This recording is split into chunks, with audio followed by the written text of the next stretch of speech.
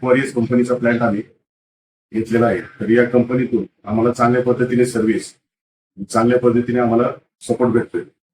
दुसरी गोष्ट, मंथली कमीत कमी 6,500 ते 7,000 इनपुटचं टार्गेट असतं. सगळ्यात महत्वाचं म्हणजे प्लॅन्ट आपला डस्ट फ्री आहे.